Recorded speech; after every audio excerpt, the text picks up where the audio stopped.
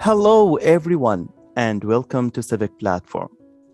Voting is your own decision, and through it, you put everyone's interest in the right way.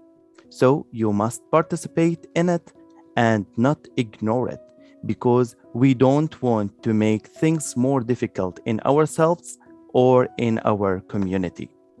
To know more about the importance of voting, I want to welcome my special guest speakers, Janice Lukes, Councillor for Waverley West in Winnipeg, and Mother Sharma, Winnipeg residents. Welcome to Civic Platform.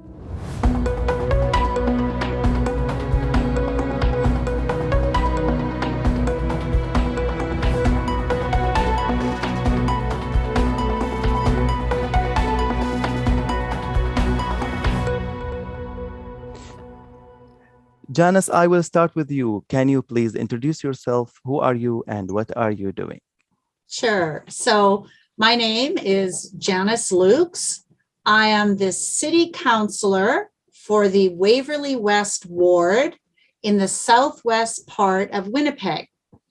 The city of Winnipeg is divided into 15 areas, and I represent over 55,000 people in the decision-making process at City Hall. And I've been a councillor now for 2 terms. Each term is 4 years long. And it's an incredible honor to be representing the Waverley West ward. Thank you very much. And I will move to Mother. Mother, please, can you introduce yourself? Who are you and what are you doing? Hello, everyone. My name is Madhu Sharma, and I'm a resident of Waverley West Ward and the constituency of Waverley in Southwest Winnipeg.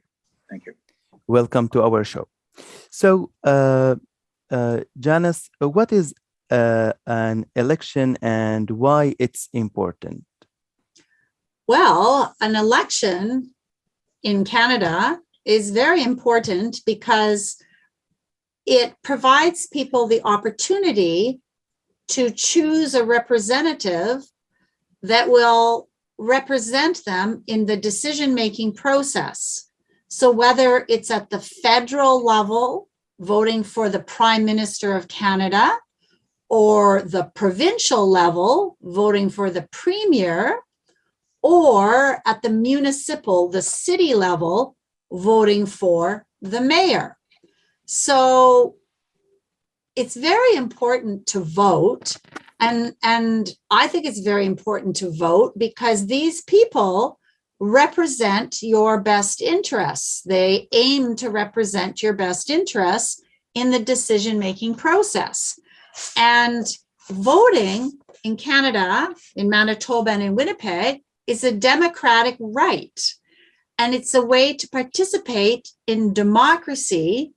And it's an opportunity to shape how your community is what it's all about. So I think it's very, very important to get out and exercise that right to vote, because in many countries throughout the world, there's horrible regimes, there's no democracy, and you just do what you're told. But that's not what Canada is all about. That's not what Manitoba or Winnipeg is all about. Everyone has the right to vote and select a candidate that will best represent them.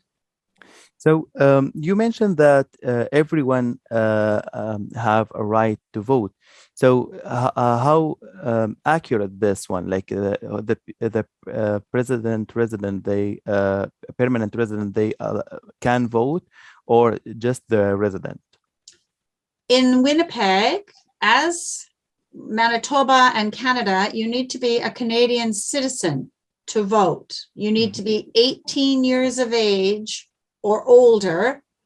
And in Winnipeg, you need to be a resident for a period of at least 6 months. So you're correct. When I say everyone, I guess I should be saying every Canadian citizen. Mother, can you tell me about your experience with voting when you become a resident in Canada?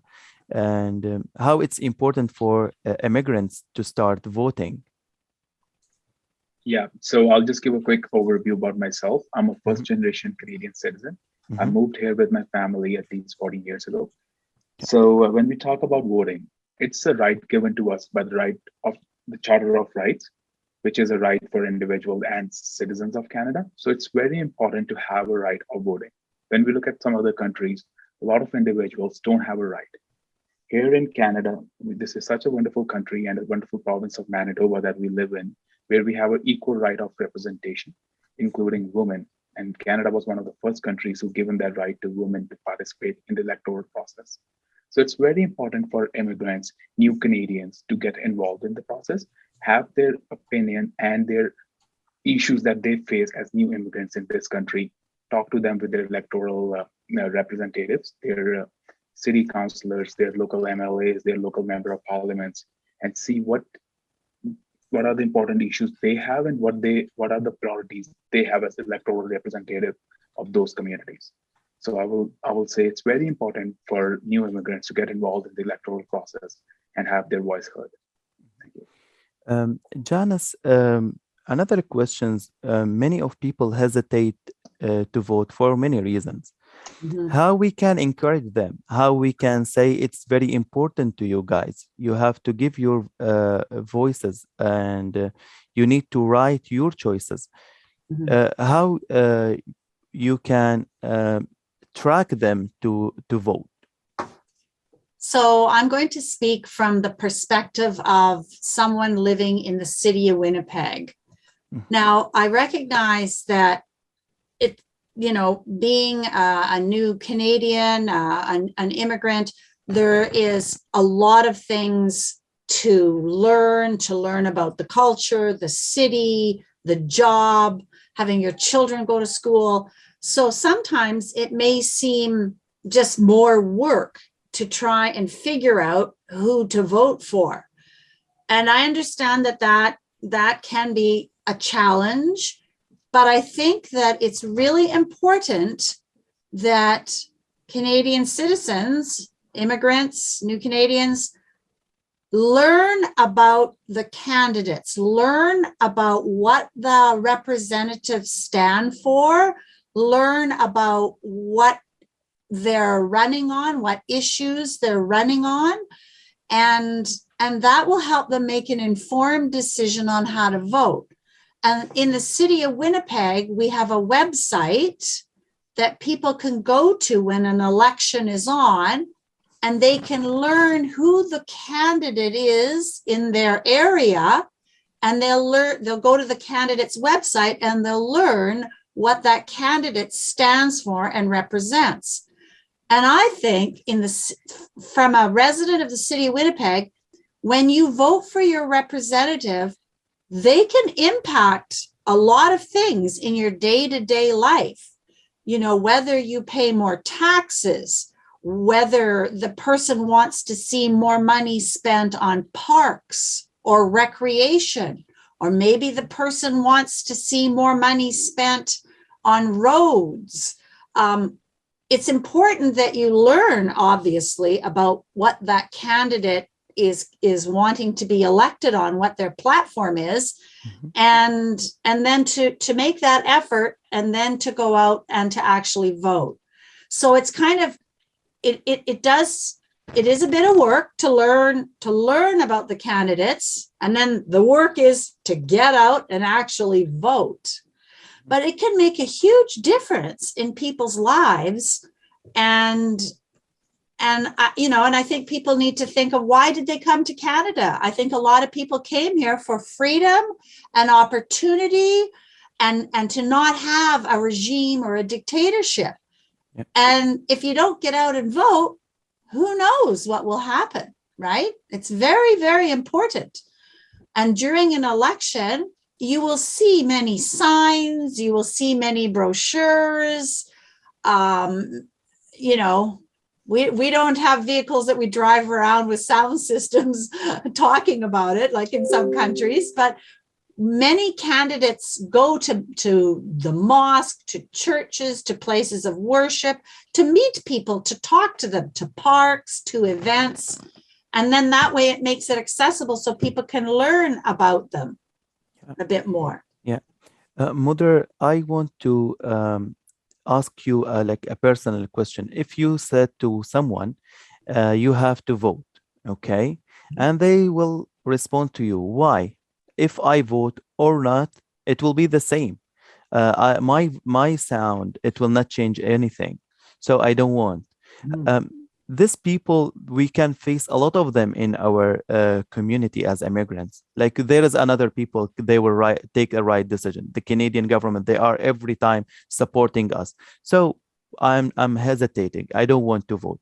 What you respond to them? How you encourage them, or how you encourage yourself in the beginning to go and vote?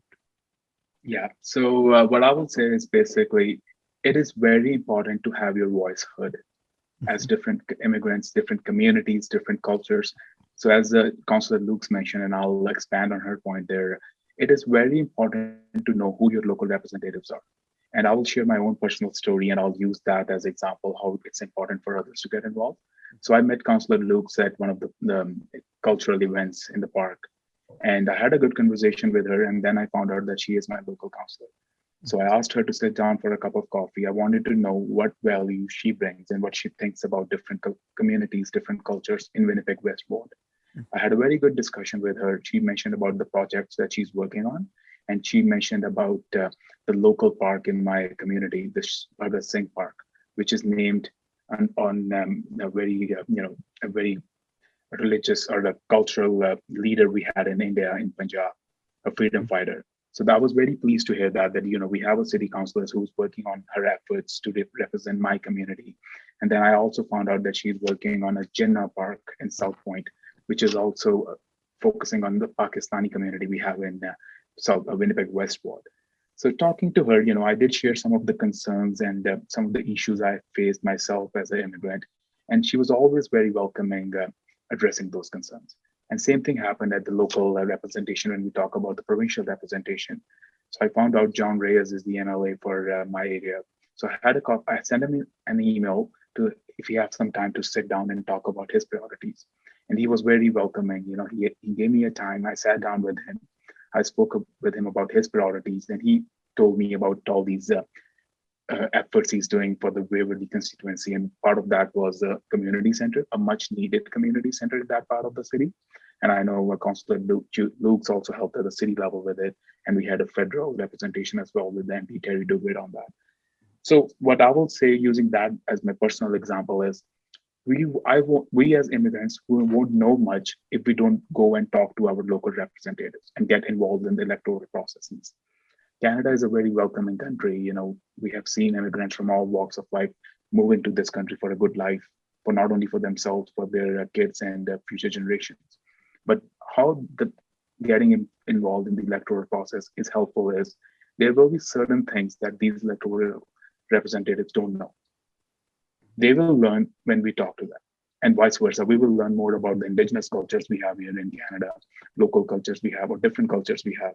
And that is why consultations, dialogues becomes very important. So I will refer that saying that all immigrants need to sit down, learn more about the electoral processes we have in Canada, different levels we have in Canada, and work, to have a better community, not only for us, for everyone in Manitoba and Canada.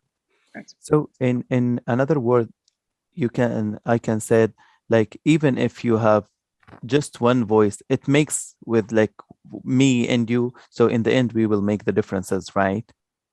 Exactly right. So every single voice is important. I see. So if I could add to that, I'll use an example that is just an incredible example. So I worked very closely with the Bangladesh community. Mm-hmm. And I was unaware of this, that the Bangladesh community fought very long and hard to preserve their language. And then United Nations, UNESCO recognized the sacrifices of the Bangladesh community, and they declared a day, International Mother Language Day, throughout the world. Wow. And then I worked with the Bangladesh community to build this beautiful plaza. It's a seating area that now what we're doing is we're having all kinds of different cultural communities, different communities with obviously different languages, Mandarin, all different languages. And we come and we do events at this, and we learn from each other and we celebrate.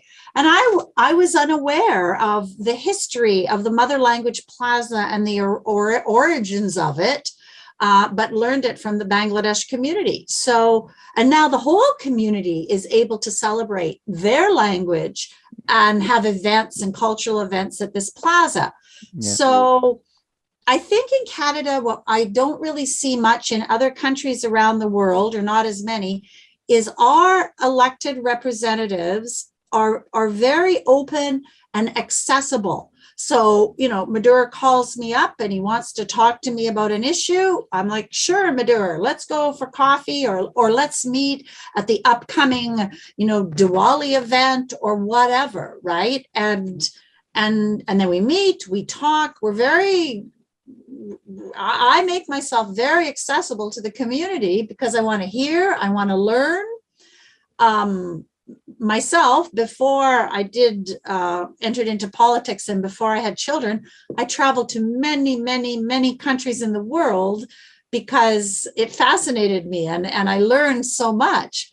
But I'm learning even so much more here at home because I'm working with amazing people who've come from Malaysia, Indonesia, Vietnam, Nepal, all over the world, living right here in Winnipeg. Yeah. And we create these dialogues and learn. And it's important for immigrants to come and speak to their elected officials because there's so much we can learn. And then hopefully some of these immigrants will become elected officials, you know, yeah. That's the goal, right? Yeah, right. So for the person who will vote for the first time, maybe he don't know how, the ways. Can you give me like the ways how we can vote in Canada? It will be like electronically or by mail. So what's the option when we need to start voting? We can like go for where? Right. So as a Canadian citizen, you can vote in person or you can mail in a vote. And even more so because of COVID, there's the mail-in option. But there will be lots of advertising ahead of time when there is an election. So this year, the city is having election in October 2022. So it's on October 26th. So I know that there will be lots of information out there telling new voters how to register and where they will vote. They can vote in person or they can vote by mail.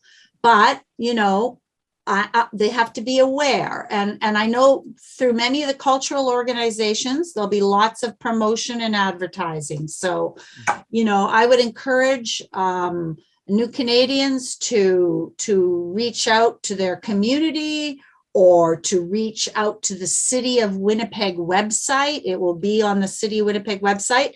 The same will go for the province and the federal government when they have their elections. You mentioned 2 points. I will go back to it, but let me ask Mudar about his first time when he started voting. How it looks like. What do you feel? Yeah, I remember 2015 election was the first time I voted, the federal election. And it was a very different experience because I moved here in a young age and have never participated myself. I have never voted before. I moved here when I was just below 18, I assume. So, but I went to polling stations with my dad back home in India. So it was a very different and very welcoming experience for myself. So as you mentioned, right, I was much aware about what my political affiliations are and who should I be voting for. But there are information available on websites. I'll say there's Election Manitoba website, there's Election Canada website. It gives you these different voting locations. You put your postal code there. It tells you where are your voting locations. There are advanced polls as well. So for example, if you're busy on the election day, there are other options that you can take. And you can vote in the advanced polls or the mail-in ballots and stuff with the COVID pandemic. So there are different options available. And when I went there, I saw, I used to mention that I'm a first time voting in Canada. This is my first opportunity as a voter in Canada, and I'll be voting in Canada. So it was very welcoming. The volunteers there were very welcoming. We had some lineups, but lines were moving quick. And I was, it was very pleasing for me to see, getting involved in a democratic process and how the process actually works and how it is very important to have a democratic process in countries like Canada. Yeah. Thanks. Yeah. And at the election, when you do vote, it's very peaceful. It's very peaceful. There's no rioting. There's no one dies. It's a very, very positive experience. I see. Janice, the coronavirus pandemic, it was a very big challenging. How the elections was going through the pandemic, how the voting process it was. Tell me more how the coronavirus affect the voting. Did the people hesitate to go or it was not affected at all? Tell me more about that period, how it was looks like. And after the coronavirus, do you expect more people to come for voting? Yeah, so the federal election occurred during the pandemic for the prime minister and the members of parliament in 2021. And there was still a good turnout, a voter turnout, because there was a lot of mail-in ballots. Now, the provincial election was in 2019, so they didn't have the pandemic to deal with. And the city election coming up is going to, I guess, we're not in the pandemic now, I guess. Yeah. But, there will still be lots of health precautions in place, and people will have that option to vote through mail. We don't have electronic voting yet in Canada, anywhere that I'm aware of.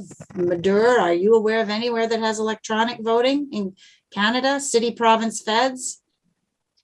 Not in Canada, but there are certain countries where they do have electronic voting. Yeah, but here it's either by a mail-in ballot or it's by going in person. And for the city, we like to make it as accessible as possible. We have voting stations in the malls, the shopping malls. Voting stations pop up in various locations. So we try and make it easy for people to go and vote. Yeah. So there is in some countries, Janice, some people don't like to vote by mail. How it's the same in Canada or it's different? The people like more to go in person or they like the mailing? From your experience, what did you face? Well, I think from what I've observed, yes, everyone has a different preference to vote. Some people feel maybe by mail their vote may not get there, but there's a lot of advanced voting and a lot of people vote in the advanced polls. They don't go on the day, but a lot of people still like to go on election day. So if they go on election day, they might have to stand in line. It seems a lot of people still want to go on election day, but more so in the past, we've seen more people do advance voting in person. I think for sure the majority is people like to vote in person. They like to put their X on the dot and hand it to the person and see it go in the box. Yeah. Mother, what about you? What's the best way for you? I think, when we talk about the mail-in ballots, there are so other factors that you have to consider. Sometimes there's the Canada Post strike issues, right? There are sometimes mail delivery issues. So personally, myself, I believe in more in-person voting. And there's so many options available. I know sometimes what happens is you already have, pre-commitments on election days, but that is why there's advance polls. So they open for a week or so, and that usually happens 2 weeks prior to the election day. So, you can go there. Usually there's no lineups during advance polls. It's a very quick in and out process. So personally, I think, myself, I prefer in-person voting. Okay. So Janice, who supervises the voting in Canada? Some people in different countries, they say the government the supervising, and they make their own choices, and they will not take care about our voting. So who's supervising this, the elections and the like all the boxes and voting? Who's responsible for that? That's a very good question. So, very good question. So it's a combination. There's organizations set up, Elections Manitoba and Elections Canada, and they hire people. It's an independent organization. They hire people and train people how to monitor the voting process. And then each candidate who's running can have a person standing there and observing the voting process. So it's very independent. It's not heavily influenced at all by the government. I mean, the government does pay for the boxes and the machines and all the process systems that have to be in place, but there are many independent individuals that are handling the voting process. So there's no ballot stuffing, and it's all legit. Like there's a high level of confidence in the Canadian voting system, whether it be the federal, provincial, or city levels. Okay. Mother, like from your experience, did you have any fears one time, like my vote will not go to the right direction? Did you feel, because, you know, we are coming from different cultures before, and we had this experience, like we don't know if that box goes or no, or they miss it. So did you get any like fears like that? Yeah, so you know what, like when you talk about different cultures, yeah, I have read so many stories, and we know in in our countries, the electoral process is weak. There is so much involvement or indirect involvement in these electoral processes. But when it comes to Canada, what I witnessed was we have these independent bodies, so Elections Manitoba at Manitoba level, and then Elections Canada. They are independent government agencies, and they do monitor the elections, and they will have volunteers on E-Day to supervise things. And in Canada, and we should be thankful of, is the democracy system we have.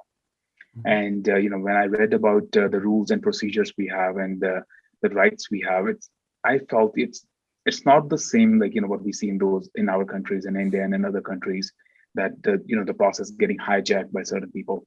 It's a great level of democracy we have, and I was when I voted, I was very confident the person I chose as my candidate and my representative and my vote will be actually going to them, and because it's very transparent. And I had the opportunity to volunteer as well once. So I saw once the elections are done, they open up the boxes, they count the ballots in front of you, and they do have representatives from each candidate on the other side of the table, so they can see who actually voted, and they show the ballots as well. So it's very honest and transparent process we have here in Canada. Okay. Janice, every job or every goal we need to reach, we face some challenging. What is the most challenge we face when we need to vote, or the election system or voting system? What these people face the most challenging to them? I think there's two things that are the most challenging. Number one is learning about the candidates, because the candidates, the people that are running in the election, they put their information out there, but it is a challenge that the individual has to look it up, spend some time and read it. So that's the first challenge. The second challenge is to make that effort to get out and vote. And I know a lot of people, they read about the candidates, they learn about the candidates, but then when it comes time to vote, they don't go and vote because maybe they're busy, maybe they have to drop their kids off at wherever, maybe something comes up. But I can't stress enough how important it is for the preservation of democracy to get out and vote. And so I think those are the two challenges. That's what I think. So Mother, can I ask you, what is the result for like any resident when he expect the nice voting in the end? What we get as a society, as a community, when we vote, what we which result we are waiting from the voting, what they will promote to us.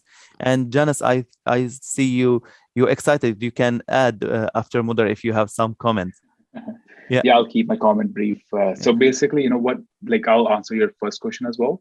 When we talk about the challenges, the biggest challenge what I have witnessed myself is neglection and neglecting the importance of vote. I have seen people saying, you know what, I'm not going to vote because they all are saying to me, to be honest, right? Yeah. But that is why, it is important to vote, because once you know your candidate, who your candidates are, and what are their priorities, those will be what they will be delivering on once they get elected. If we neglect them, and we know, like in Canada, even the participation rates are very low. I think we have almost around 50% participation as the average in the past 4 elections, which is very low as compared to some other democracies. But that is why being involved in the electoral process becomes important, because we can hold those representatives accountable of what promises they make to the voters prior to the election. And Janice, you want to add about the result? The result of voting for the communities.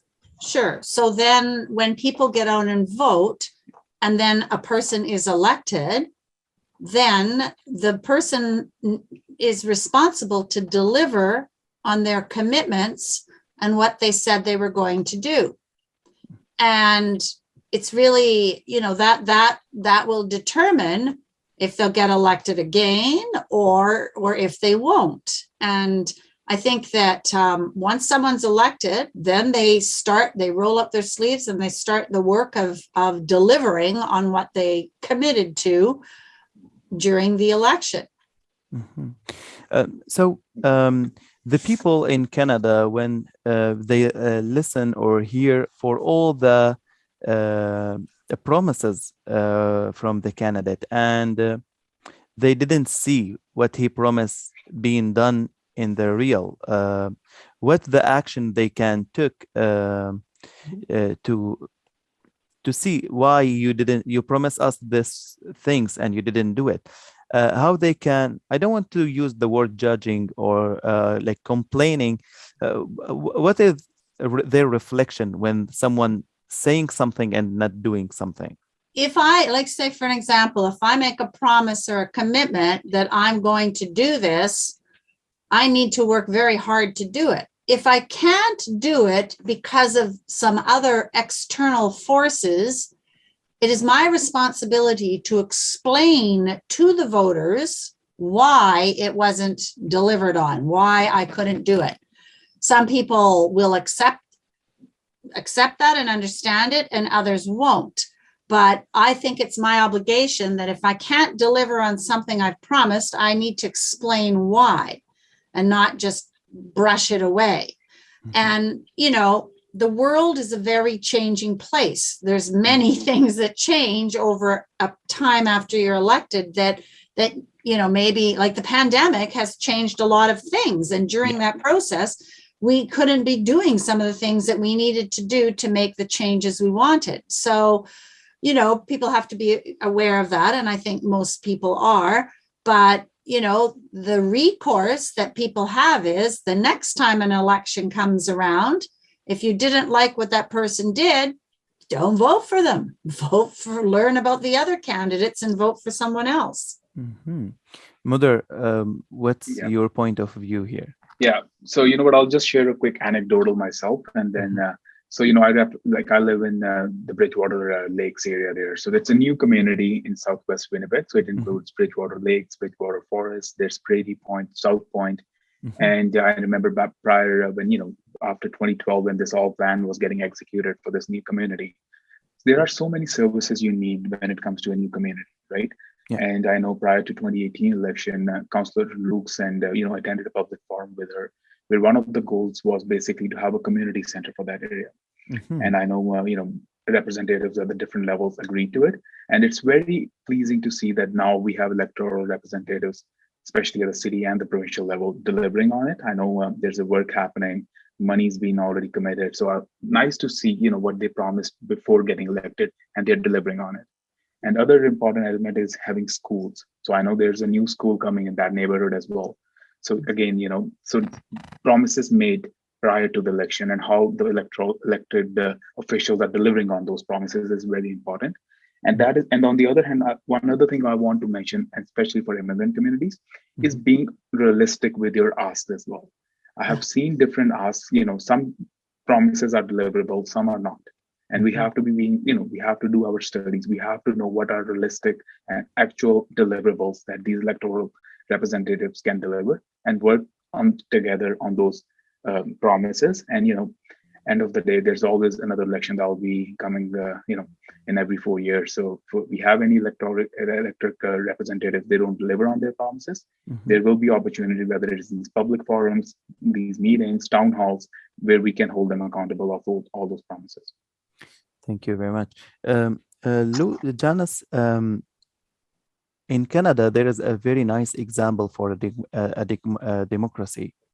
I have seen here a very good example. In every election, there is like a two-person or more. They are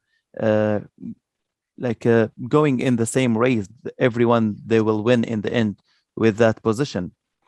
And in the election day, when someone gets more voting than the others, the other part congratulate, and they said very positive words for the other part and wishing them to success. And there is no like a fighting in different countries, for example, or different part in the world. How the Canadian accept that elections and voting, and they have they are satisfied with the result. How tell me more about the Canadian mentality, how they think, and how their view for the voting. Well, I mean, I've been a Canadian since the day I'm born. So and I've traveled the world to many, many countries where there is no democracy, communism, and regimes. So for me, it is still incredible to see the transfer of power occur in a very peaceful environment. And of course, someone who works really hard and works incredibly hard, and their team works hard to try and win, yet loses, it's incredible to see this transfer of power and no one die and no issues. We saw recently in the United States during their last election, much drama and much, I'd say very bad things in relation to democracy. So for me, I'm incredibly proud of it. And I really, really want new immigrants to realize and recognize the fragility of democracy and how important it is to participate in it. Because if we don't, bad things could happen and we could lose our right to vote.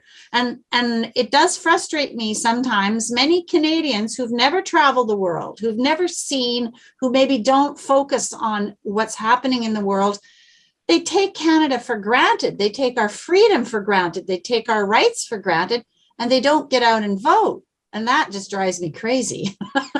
But I will always be one to encourage people to vote and see this transfer of power in such a peaceful way. And we know there's not many places in the world that this occurs. Mother, if you share your experience, how you see the voting here environment from your point of view.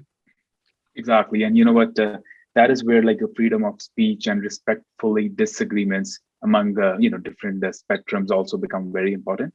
And that is where we have to believe on the core, because we have a right to disagree with each other and vote the way we wanted to vote in Canada as compared to some other countries.